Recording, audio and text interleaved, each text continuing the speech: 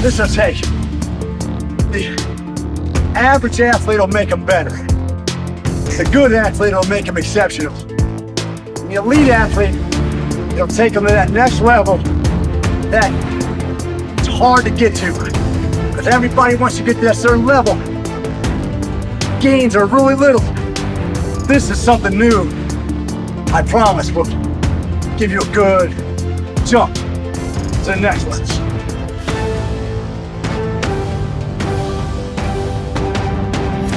Okay. Yep. So, Coach Steve, we started our workouts with a 10-yard sprint to show laser timed, we get some speed gain in a fatigue state. So what we're going to be doing is we're going to be coming back to this workout after he pushes the sprint trainer, collecting data throughout the entire process. So this first push that we're getting here, what we're doing with the sprint trainer is we're pushing on the lower bar, and we're trying to establish a good angle of acceleration behind the workload. And what's happening is he pushes the sprint trainer forward, the weight load is increasing. The weight stack is on a gear reduction chain drive system. And now in the back pedal, the weight is decreasing as he pulls it back. So one of the things that's unique about the sprint trainer is we're activating posterior chain in the back pedal, quad depletion in the front stride motion. What are you feeling right now? Good pump in my legs and oxygen depletion. I'm in pretty good shape, but it sucks it out of you. It sucks it out of you. I love it. Okay, so that first one we did right there was a warm-up. In this distance that we're doing here, 15 yards, the weight is increasing by 33%.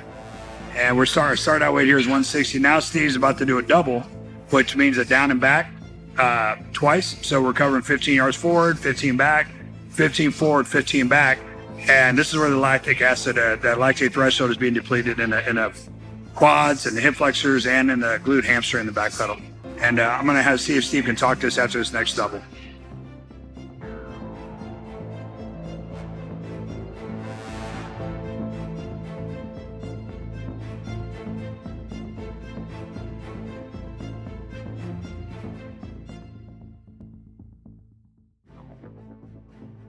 So here's where the hamstring glutes are being active in the back pedal. We're purposely going toe to heel backwards.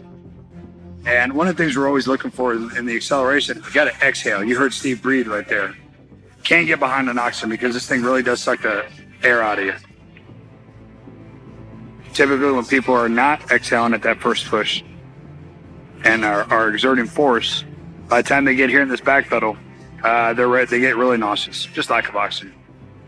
Okay, quads are really heavy now. Now hamstring glutes are really, really firing that back pedal. All right, that was a good sound. Okay, after that double, Steve, what do you feel? Legs are really feeling like they're ready to explode. Not in a bad way. And it really blows the lungs out. If you could compare that to a mat set. If you're on the mat and we're going live and we're just drilling, how long would it take you to get to that fatigue state that you feel right there? Could you get to that level? It'd be tough unless you kept a real high pace for several minutes. The combination of everything. Right, moving up. Because our bodies, anyway, from doing it every day, are accustomed to a lot of that. This adds something that we just can't simulate. Okay, so now we're going into another 10-yard sprint. It's been about 2.5 to 3 minutes of recovery in between. Oh, holy shit! Holy cow! All right. So what we just experienced there, you okay? Yeah. Yeah. So what happened there, force output was still there. Obviously the weight is removed from pushing the sprint trainer. Yep. And the body wanted to go back to that angle. That's another thing that really makes this unique is that when we're pushing the sprint trainer, we're at a 36-degree angle. And Steve's immediate reaction was the body wanted to fall back to that angle. So all the data collection that we've had during this time has shown us that if I can increase the body angle by 3 to 6 degrees, we're dropping 1.2 tenths of a second in acceleration in a 10-yard time. So now, typically what happens here is we're trying to, now our body's like, okay, I'm going to fall, so now pull back. Increase your frequency now that you know that angle's coming. Don't fight that angle, all right? Because the whole premise behind a sprint trainer is staying lower longer.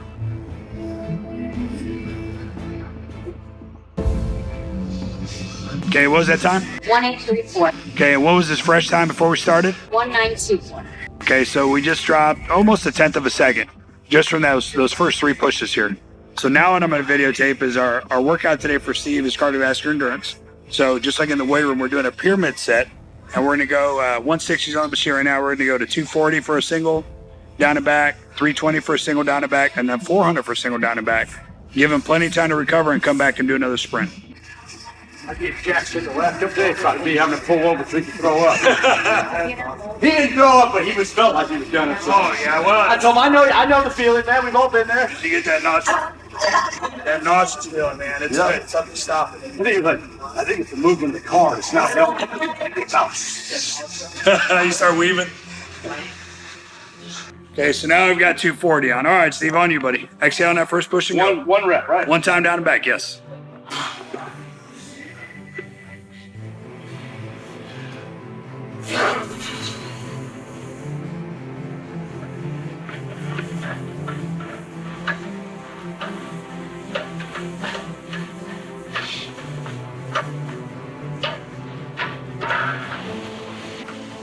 There you go. Feel those hamstrings and glutes flexing in that back pedal.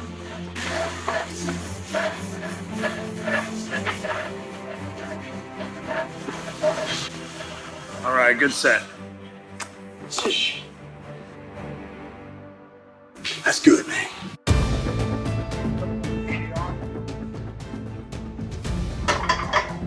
I always go slow. Power stuff you got to. I tell you, see, lifting. I'm doing that heavy power weight stuff. You always want to get right back on. No, wait. Okay, here we go.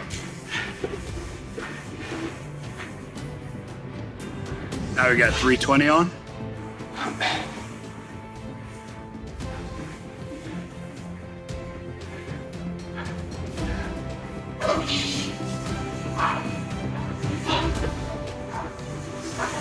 So what we're looking at in this distance, I may have mentioned it before in the video, but at our start weight, by the time he gets down to this distance right here, 15 yards, this weight is increasing by 33%. You can see the zone right there. It's in zone 2. It's up the label in the middle. Now as we're moving backwards, the weight stack is following Steve in the back pedal. It'll return back to its start position. So in each zone, we're increasing 33%. All right, Steve's got another one. Steve, talk to the camera. Tell you guys what you're feeling. See if you can talk.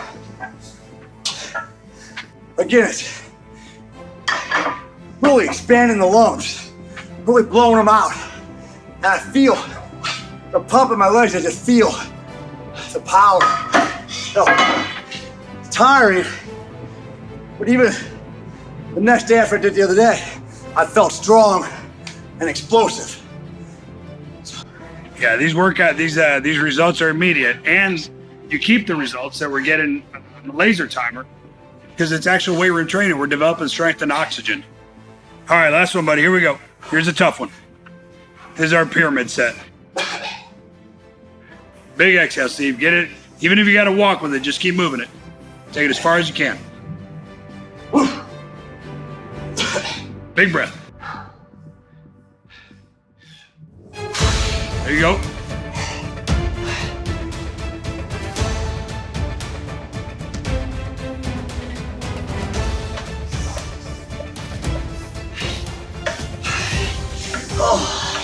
Almost there. That's it. Yeah.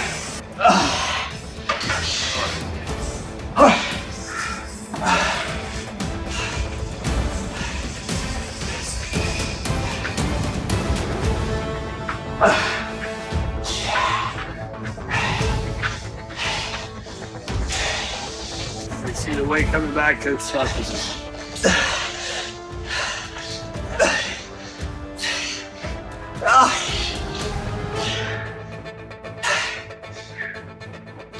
You don't have to say nothing. Find your oxygen, bud. I know how that feels. So we're at about 4:40 in the video here, just about 5 minutes. And this is Steve's Full workout today. Top pyramid right there. Single, double, and then going pyramid up to 400. This is his second workout on the sprint trainer. And after his oxygen recovery series, you get to take about 3, 4, 5 minutes, whatever he needs to recover, and to conduct one more data sprint. So on Monday, Wednesday, Friday, I do upper body lifting. I get a good pump. I can get a good pump in my upper body. Tuesday, Thursday, Saturday, I usually do squats, deadlifts, all my lower body stuff. But no matter how much weight I do and how much power, I still don't get a pump like I'm feeling right now on this thing. Yeah. The last couple times I've been on this, I've walked away feeling like this. Yeah. Best leg workout I've had. Yeah, and also the leg workout is combined with cardiovascular endurance. Yes. So one of my sprinters, my elite sprinters that I train, when he pushed it down outside 55 yards, that's another thing too. We're pushing it here. We're only going 15 yards here in my gym. Outdoors, this machine goes 55 yards. Well, we only put 90 pounds on it. We're going that far. But Mike Rogers, our Olympic sprinter that I train, he equated it to running a 400 in a full sprint. When he told me that a 55-yard push of 90 pounds felt like a 400 sprint to one of the fastest humans on the planet, that's how I knew I was on to something. That's a big deal. And that happened on our second prototype. That was 3 years ago. Right now, this is version 10, and this is one we're going to production with. We actually have 2 different sizes. Now we're going to get Steve run his 10 again. This is after the pyramid up.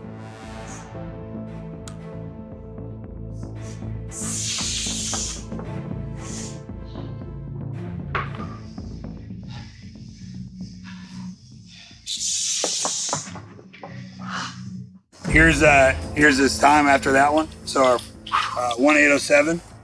We do 2 data collections at the beginning. This one here is a 1.9 is fresh run, and then a 1.904 after pushing two times, 183.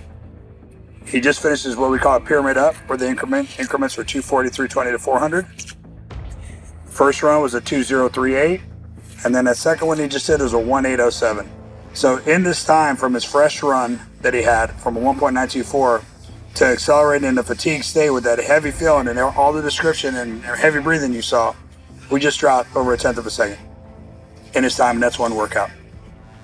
Okay, so now we're going to go down pyramid. So we dropped down 80.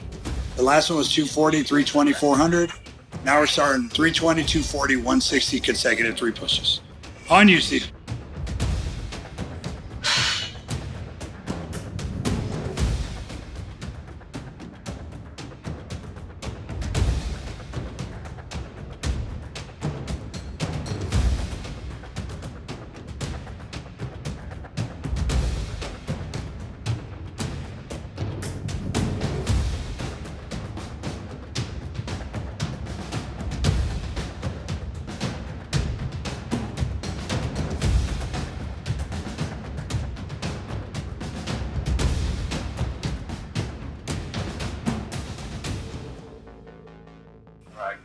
So as we're decreasing weight, right, we're getting more fatigue, but we're also decreasing the workload, so we should be able to accelerate the workload.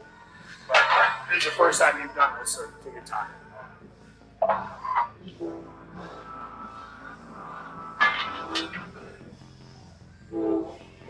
Big exhale.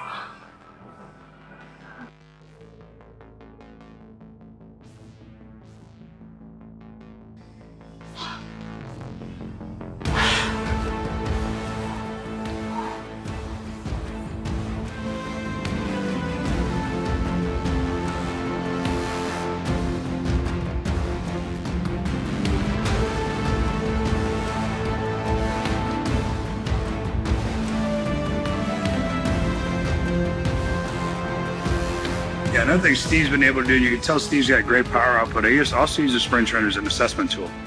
Steve's been pushing this back and forth in a straight line for all these sets. If he has a quad or hamstring deficiency and one leg is stronger than the others, the machine's gonna go crooked like a rudder on a boat. One more. Double breath. Double breath.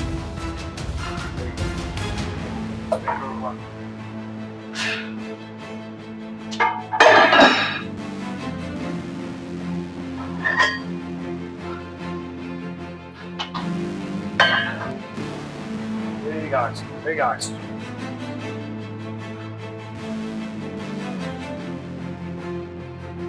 All right, last one. Here we go. So you see, we're using this. We're not trying to. You can't force the workout, just like you can't rush weight stress. The fact that we're moving has nothing to do with it. Got to let the body recover and train smart.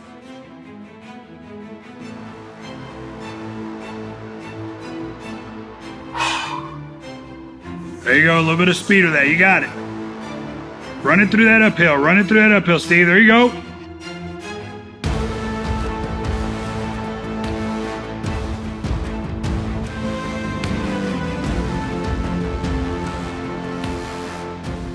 Flex, flex. No, it's hard to do. Keep it moving. Almost there. Yeah. See.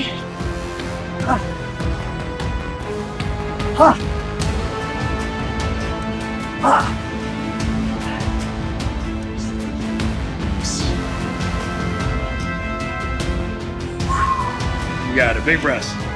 That's awesome. Yeah, I love it. All that stress is awesome. That's good shit. What can you tell the guys down in Colorado, Steve? Or over in Colorado? This will take. The average athlete will make them better. The good athlete will make them exceptional. And the elite athlete, it'll take them to that next level that it's hard to get to. Because everybody wants to get to that certain level. Gains are really little. This is something new. I promise will give you a good jump to the next level.